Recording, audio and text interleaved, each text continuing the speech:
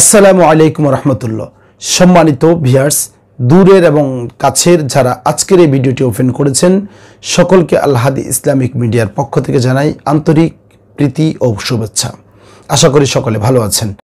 আজকে এই ভিডিওটি করার কারণ হলো, আপনারা অনেকেই প্রশ্ন করে জানতে চেয়েছেন যে মৃত মানুষের বাঁধার জন্য যে 3টা রশি বের করা হয় এবং কানে অথবা নাকে ঢিপ দেওয়ার জন্য যে টুকরা কাপড় বের করা হয় এবং টিস্যুর জন্য যে টুকরা কাপড়গুলো বের করা হয়, মহিলাদের জন্য যে 5টা কাপড় থাকে, পুরুষের জন্য যে 3টা কাপড় থাকে, কোন কাপড় থেকে এই টুকরাগুলো বের করা হয়?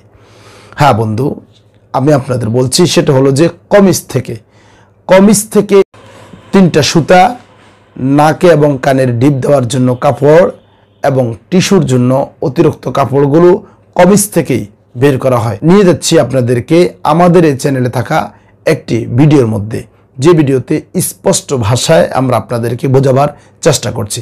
দেখুন, আসন জামার কাপড় যেটা কামিজ বলে মহিলাদের জন্য, কামিজ 2.5 গজ। ব্যক্তিটা এত বড় না, এর জন্য সাইডে থেকে আমি একটা কাপড় বাইর করে নিচ্ছি। একটু ধরেন। জি অবশ্যই।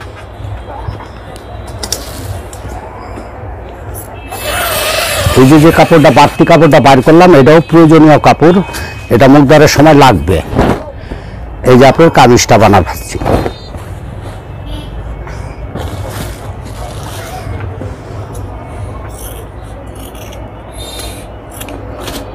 কিছু আছে, আপনার নাকে কানে কাপড় দিতে হয়। মহিলাদের যে কমিজ থেকে যেটা কাটা হইলো, হ্যাঁ, কমিজের মাথা থেকে যেটা কাটা হইলো, হ্যাঁ হ্যাঁ, এটা আপনার কামিজের যে গলাটা বানাইছি ওই টুকরা থেকে এই কাপড়টা কাজে লাগা দেওয়া হলো, কাপড়টা বাড়তি ফালানো গেল না। এই যে আপনার গেল মানে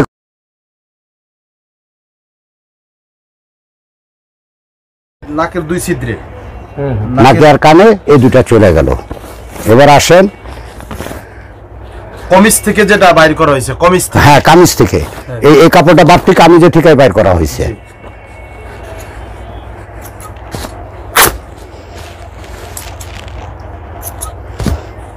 আপনার একটা পার্ট যেটা হলো কি কোমরে বান থাকে,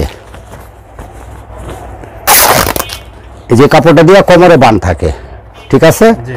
এবার আসেন পায়ে এবং মাথায় বানটা থাকে, এই যে 2 কাপড় দিয়ে আপনার পায়ে এবং মাথার 2 পার্ট, এক পার্ট পায়ে দিলেন, এক পার্ট মাথায় দিলেন।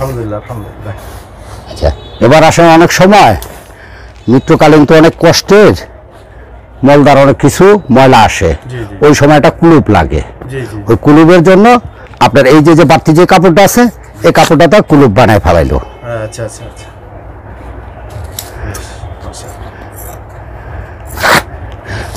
6টা হলে ভালো হয়, আমি 2টা বেশি বানাই দিলাম, আপনার 8টা বানাই দিলাম।